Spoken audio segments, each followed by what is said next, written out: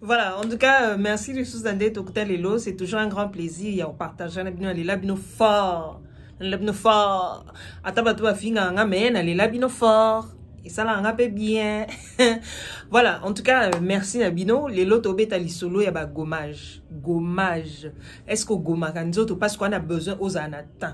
Qu'aux anatans, et nous, baka tek ou pas qu'on va produit éclaircissant. Non. Faut au recours à peine à gommage pour l'ongola, pour monter l'ongola, acide, l'ongola nuance, so tchaki anzoto ya makasi pour épaisse au po ya sika. En tout cas, c'est très important.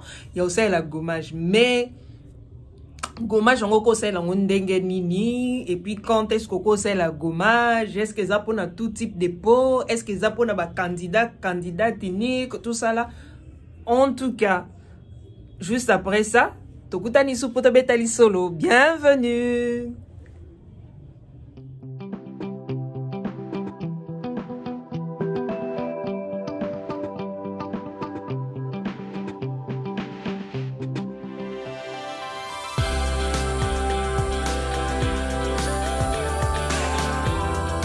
Voilà, en tout cas, merci Nabino. Ce qui m'a liboso boyambibiso boza bel et bien à Coloris Club 84. C'est toujours un grand plaisir.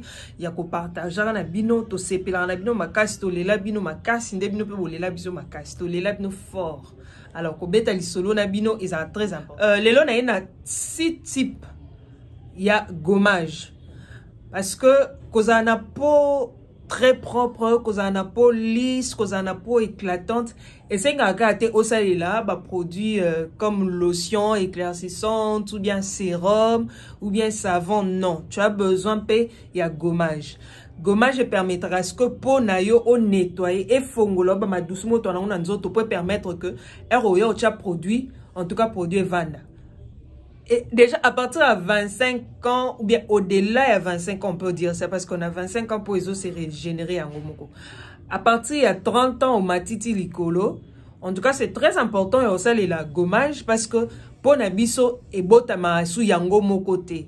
Alors, il y en a besoin de booster, il y en a besoin de produire moko sali pour booster, pour permettre que ba cellule ya kala, ba poso ya kala et kende et on peut ça ba poso ya sika espace pour popper et respirer et ça qu'on a besoin de respirer. Alors, et quand ça la mayango morote net rosa qui moi c'est normal au colis.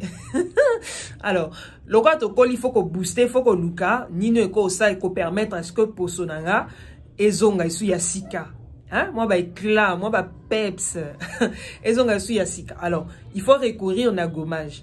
Gommage permettra qu'à ce que, posonayo et fongwami, ROR, c'est là, bah, produit nos moussous, soit nos monake, et bando saloke, et ça la bien. Alors, bah, gommage, a mis des belé.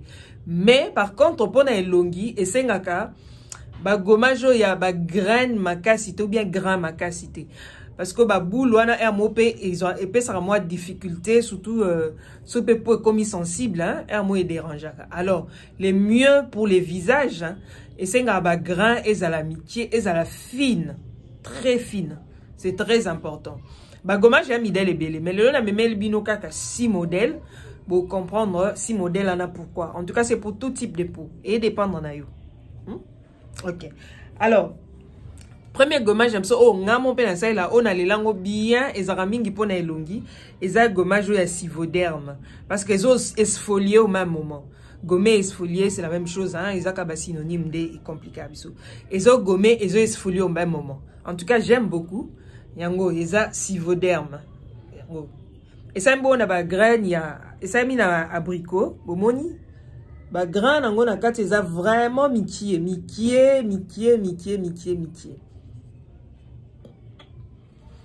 Voilà.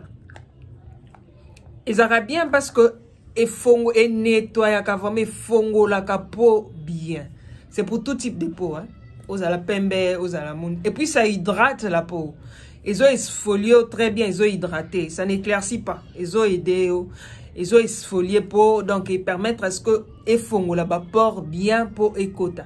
Mais bien à gommage c'est juste pour les visages, c'est pas pour les corps. Dans son conseil, la gommage et Sivoderm, c'est seulement pour les visages. C'est très important. Ok? Et ça, mis dans ma graine abricot. Alors, la deuxième position, toza bongo na. Oh, et ça, mis na kokoti. C'est très important aussi, les amitiés. Mais bien, c'est pour les corps et les visages au même moment. Au cours ça et lango, ils appellent hydratant et nourrissant au même moment. En tout cas, ça permet à ce que peau nayo et se régénérer. Et beau tamaïsou sika, si c'est comme ça que je peux dire. Hein. Et beau tamaïsou sika, et pe sa peps, et pe sa yo facilité au côté de produit moussous. C'est très important. Ouais, ça mis la coco. Déjà que coco, ils a bien pour la peau. C'est très bien. C'est vraiment important pour la peau. Ce qu'on sait la coco. C'est hydratant. C'est pas éclaircissant. Alors, troisième gommage. Webi l'osso. L'osso, les lois, ils ont top dans les produits cosmétiques. C'est très dans l'industrie cosmétique. En tout cas, l'osso, ils ont top. En tout cas, yango, on a Sabino Oyo. Troisième gommage, j'aime ça. Et ça a mis dans l'osso. La base à l'osso. Yango. Bon, ba grand yango, ils ont mis qui est ma casse.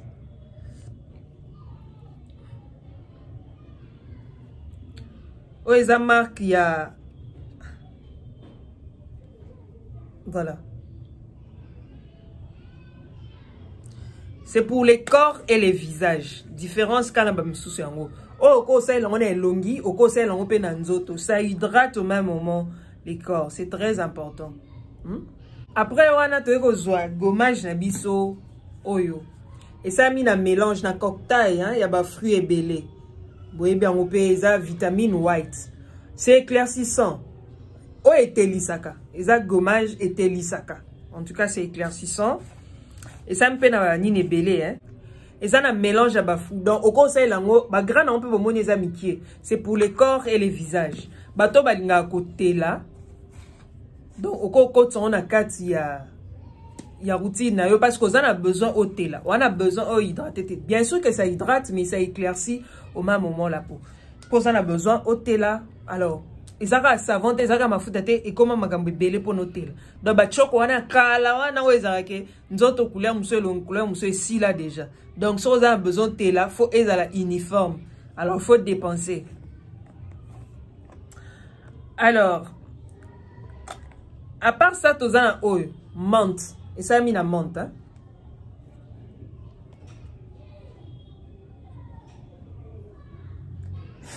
et ça a une fraîcheur moi.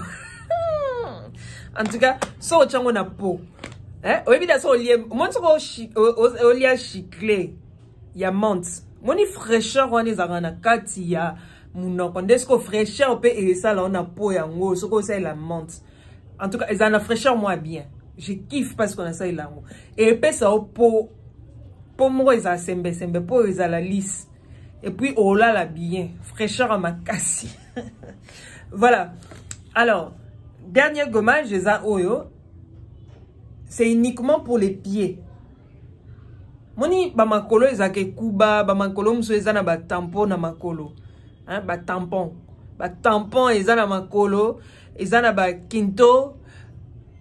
En tout cas, au cas recourir na gommage na yo pour pieds yango. Et ça mi pe na l'os. Hein? Gommage pour pieds, rien que les pieds, rien que les pieds. Yango bomoni ba grain na ondengeza, c'est différent. Il y a des grains oh non autant like sabino. OK? Yango donc ozakana makolo ekuba, ozakana makolo za ba quinto, ezana na ba bien ngondi mélasma, pour mélasma makolo pe ezali. Alors ozui au recourir na gommage na yo et ko permettre à ce que e fongola o pe ba port à makolo hein parce que ero bando utiliser ba produit na yo et aider yo vraiment ma casse c'est très important. Alors, n'est-ce pas conseil la gommage na yo.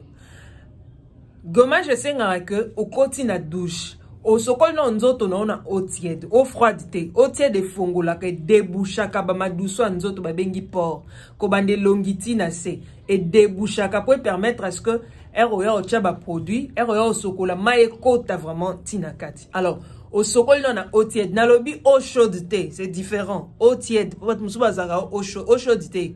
Sokola na eau tiède. Il faut zala na gant. Donc, aux huiles eau tiède, na bi eau chaude te. C'est très important. Pour eau chaude, il y a baby c'est sous efficacité, il y a produit na oignon sodo baby ça. Donc et puis dans d'autres pays ça la bien te.